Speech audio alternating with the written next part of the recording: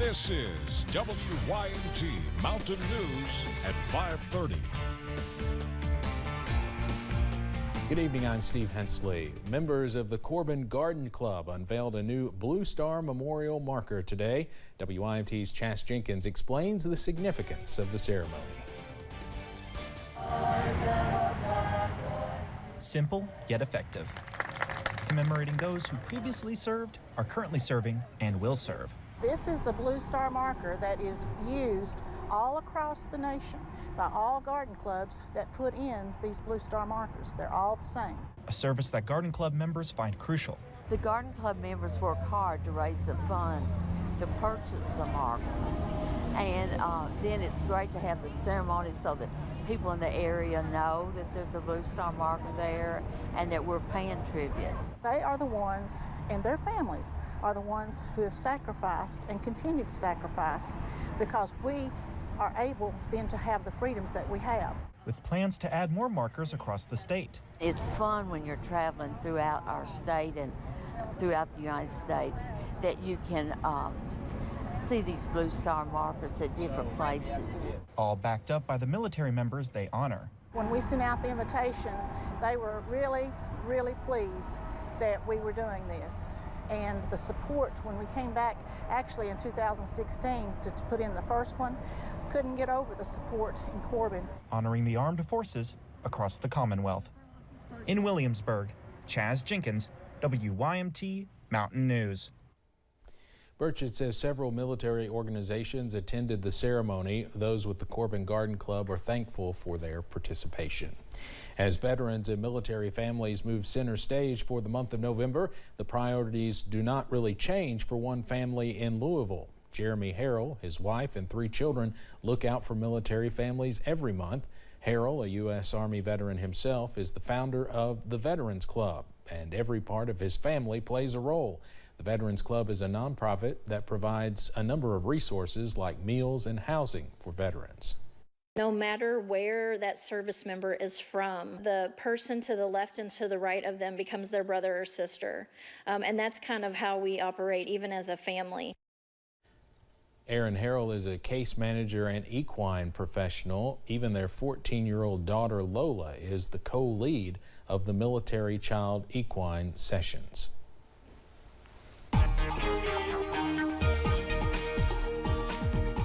Well, the one disadvantage about falling back to standard time are those earlier sunsets, but even so, it's still a pretty look outside from our Buffalo Mountain camera. The sun just falling below the horizon. It's been a cloudless day all day. That continues into the evening.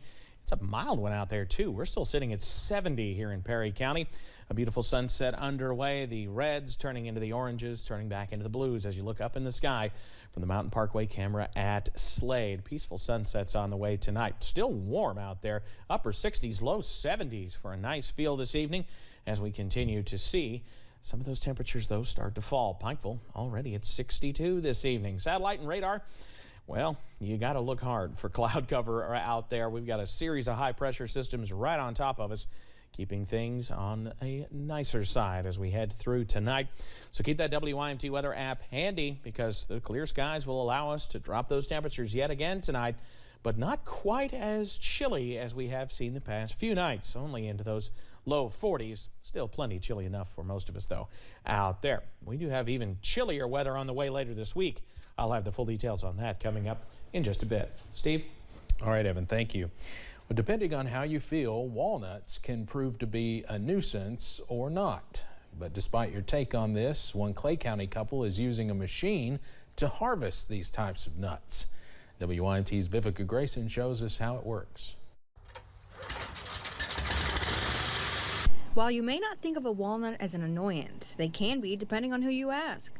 Most people see these green walnuts and they're a nuisance because you run over them with the lawnmower, or I think people even say they rolled their ankles. They're kind of a nuisance, and it's a heavy crop this year. But now they are of great use, as it is currently walnut season, at times spanning 6 weeks from October 1st to November 15th. It's a natural food source. As you can see, we've collected a lot of them this year, and it'll all go back into our food supply, you know, whether it's in baked goods or ice creams or just walnuts out of a bag. Clay County couple Eric and Sarah Sumrail are partnering with Hammond's Black Walnuts to haul the nuts, a feat achieved after working with Clay County Extension agent Will Bowling.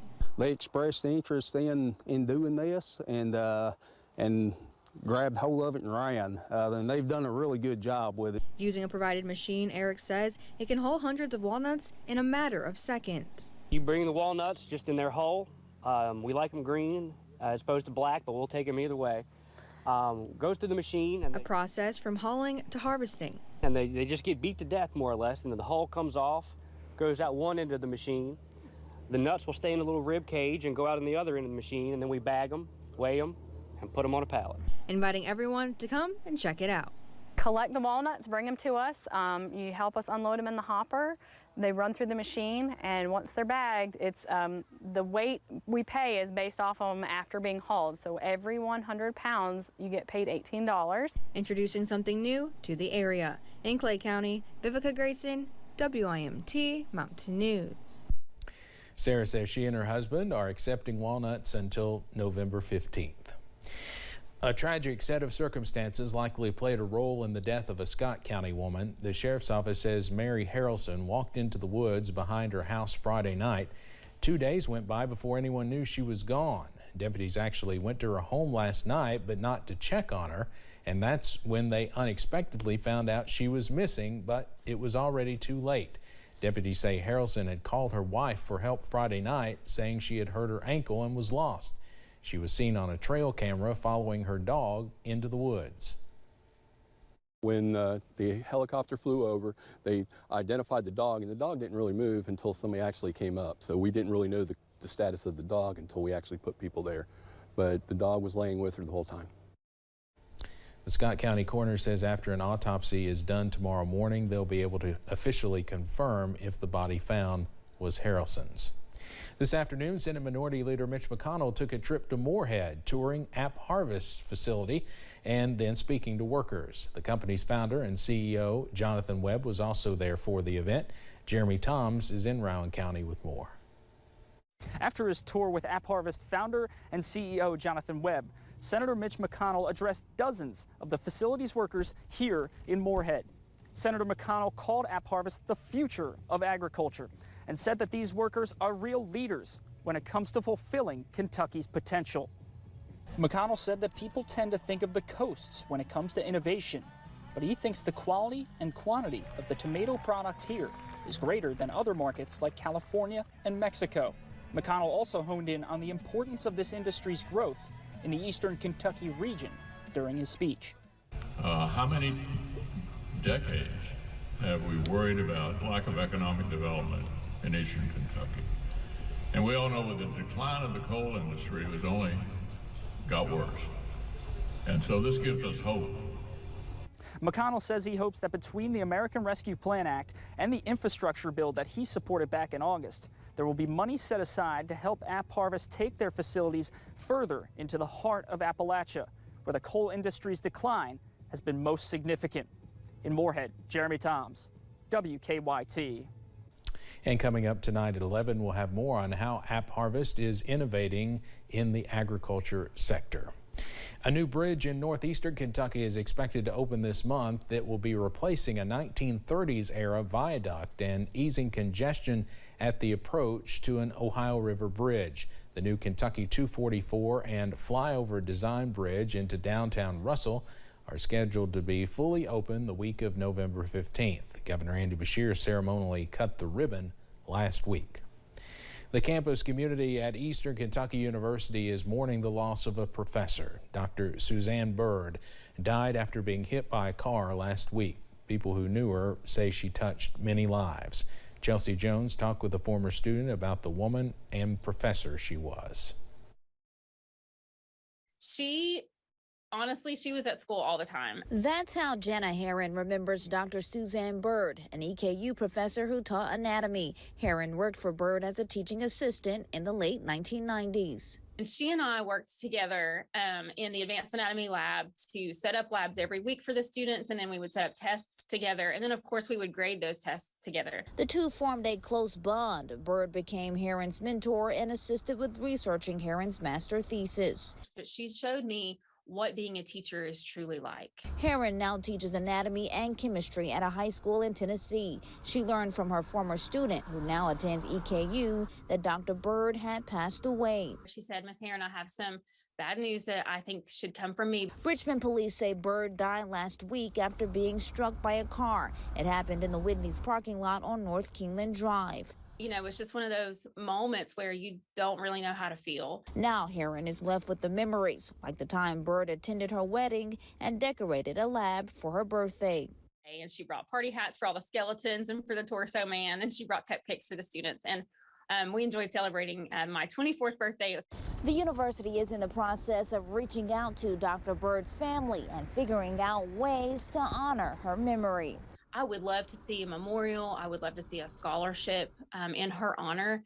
And, you know, I would want to be among the first to contribute to that, because I think it's really important that we honor her and that we see her as leaving such a legacy for education. In Richmond, Chelsea Jones, WKYT. Richmond police are still investigating the crash that killed Dr. Suzanne Bird. So far, no criminal charges have been filed. An 83-year-old hiker who is known as Nimble Nomad has become the oldest person to complete the Appalachian Trail. An official with the Appalachian Trail Conservancy confirmed MJ Eberhardt's feat. He hiked the trail in out-of-order sections for optimal weather and completed the journey in western Massachusetts. Joining him at the finish was Dale Sanders, who is the former record holder at age 82 in 2017. The Appalachian Trail covers more than 2,000 miles from Georgia to Maine. Coming up on Mountain News at 5:30, microchip shortages are likely to change what you can get this holiday season, from decorations to gifts, things that might be hard to come by if you wait. And things look to stay mild through the middle of the week, but we'll have the complete breakdown on the way, and that includes some cooler temperatures.